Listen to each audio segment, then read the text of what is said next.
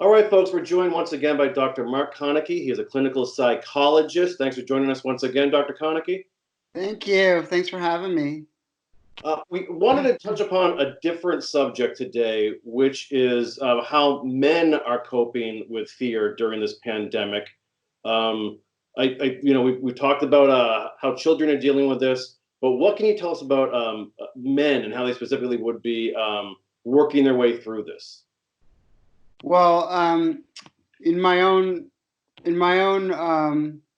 practice and discussions with colleagues, men are uh, probably in three categories. One is they don't think this is like that big of a deal. It's a pain in the butt, but it's not scary and it'll be over soon. They're not going to get it.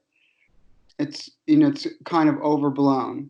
And then there are the men who are um, angry, and understandably so, because I've had a few people that have been laid off, and the unemployment benefits, while theoretically are going to be there, are very hard to access, as everyone's reading. So there's angry guys that are, I think, coping with their fear by not really feeling it, and by substituting another feeling which is easier to handle for a lot of guys, which is anger and irritability.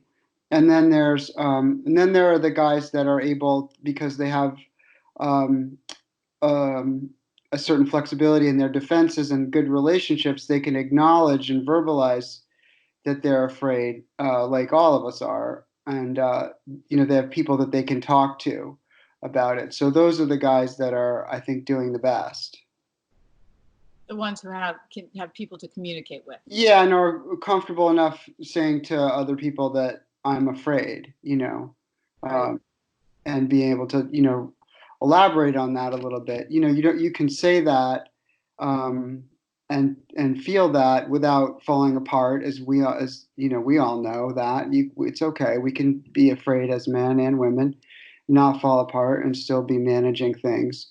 But a lot of people feel that they don't really have that in their repertoire of things that they can express and say and talk about and feel comfortable with. So it's the people that are more comfortable with that and can put it into words that do better. So what would be the guy who thinks this is a pain in the butt, but next week when the numbers get stark, how could someone who's living with him manage when things change? And it is going to get scary. I mean, and we've Right. never dealt with anything like this before. And I don't mean to, be inflammatory on this video, but Right. it's hard. So what can the person living with the guy who just thinks, oh, this is a pain right now, and when things change? What can the person do living with that person? How could they assist? Try to carve out some space where their partner can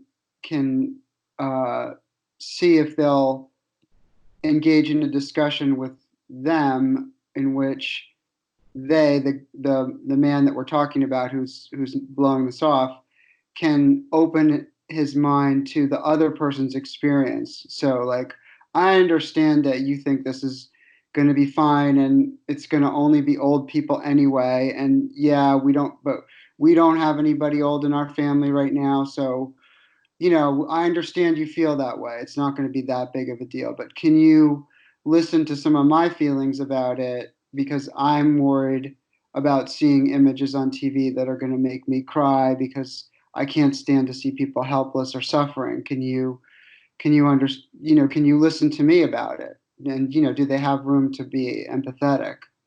If they're walled off to their own fear, can they be empathetic to somebody else's?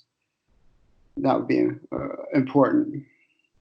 And I assume that would be the same case with the person who's comfortable dealing with anger and irritability, but not extreme fear. Yeah, and I think people need feedback about, like, it's the kind of thing that we all work towards in our relationships, to try to communicate our difficulties with our partners in a way that's manageable for them to hear, and with some empathy. But for the person who's on the receiving end of the irritability, even if you're not directly the object of it and the person's just slamming cabinets or whatever, that person who's just doing the slamming needs feedback that their behavior is upsetting you. And it's tricky to give that kind of feedback for all of us, but the more you can put on the table, the more options the other person has.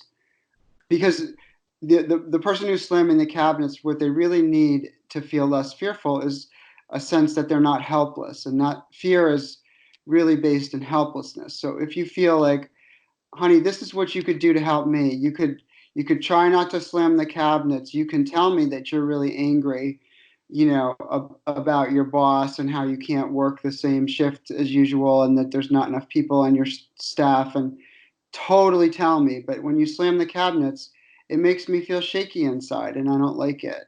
Like, just try to verbalize as much as possible.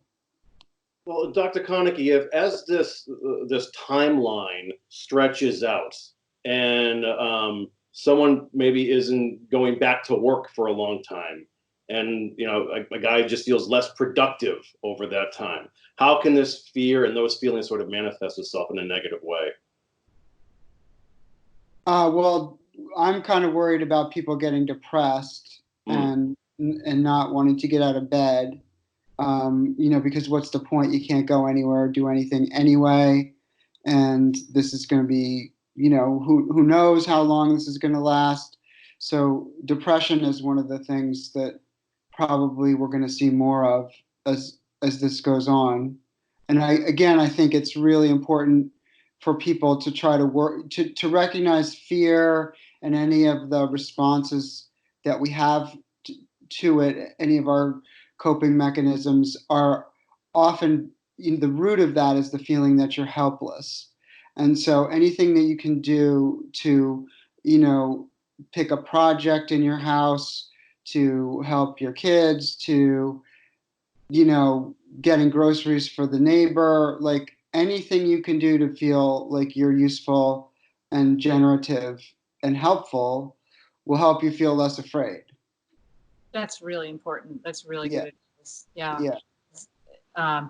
So I have to ask the question, is it fair of us to be asking this question about men? Are men in our culture, is their sense of the way they manage fear and helplessness, is it different than women?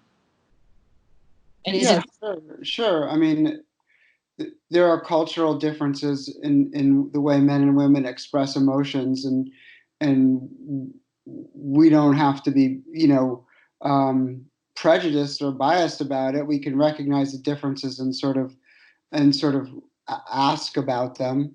But certainly you're not locked into your your cultural way of expressing and experiencing emotions. That's always changeable based on psychology, and practice really. But men are going to tend to be, as usual, like more aggressive and more, externalizing blame on things. Stupid. Pompeo shouldn't have traveled to blah blah blah. They'll be like externalizing the blame as opposed to like thinking, oh my God, we got to pull together as a team. That's going to be the second.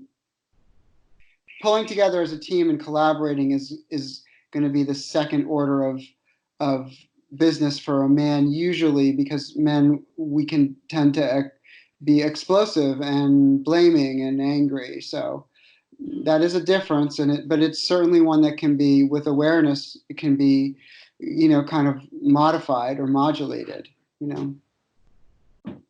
so learning to manage the helplessness and finding projects, finding ways to feel as if in small ways you're useful.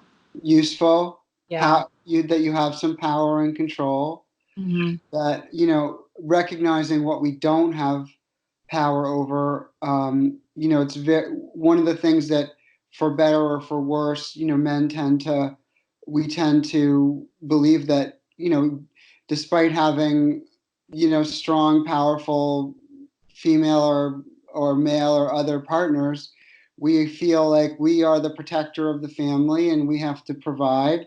And it's an insult to our self-esteem to have a reality where we don't have a lot of power and we can't protect in the same way that we're used to. And that's especially bad if there's a financial burden based on a layoff or something like that. So, so that's the sensitivity that men kind of bring to the table, and it really does require modeling and encouragement from our close people to try to get us to reflect and see how our behavior is impacting other people. But again, you have to be careful to be empathic when you're communicating it, because otherwise we could just lash out at you, and that's we don't want that. Right. No, finding the right way to communicate is Mm-hmm. yeah. Mm-hmm. Well, thank you so much, Mark, Dr. Konecki. You're welcome. These conversations, I think, are really valuable, and hopefully we can continue to have them. Yeah, you're more than welcome, and I do think that people are very resilient, and that's what I've been seeing, as well as some of the uptick in problems. There's also an increase in resiliency, and people know that this could stretch out for some time, but it will be over. There will be a return to some semblance of normalcy before too long, and I think people know that. I have one more question, a follow-up, actually. How much of a role does community play in helping someone get through this? It's a feeling that there are people around me who might be going through the same thing, who are going through the same thing, who care about me. How important is that in getting us all through? Well, as your question implies, it's super important, and that's real the real I think perhaps the worst part of this whole thing is that it's made us not able to communicate and gather in the same way that we are used to doing. And every other crisis in American history, as Doris Kearns Goodwin was saying the other night on TV, we've been able to come together as a community and seek solace in each other's physical and emotional support and contact. And so here we have to rely on these virtual ways of forming communities and connecting until we can get back together in terms of actually being in the same physical space. But that's why the conversations that you guys are initiating are so important, because people need to know how we're all doing together, and that we're not alone, and how we're feeling about all of this. Yeah. Well, we're looking forward to continuing these conversations with you, Dr. Konecki. Thanks again for your time. Oh, you're welcome. You're welcome. Nice to see you guys. Okay. Bye. Bye.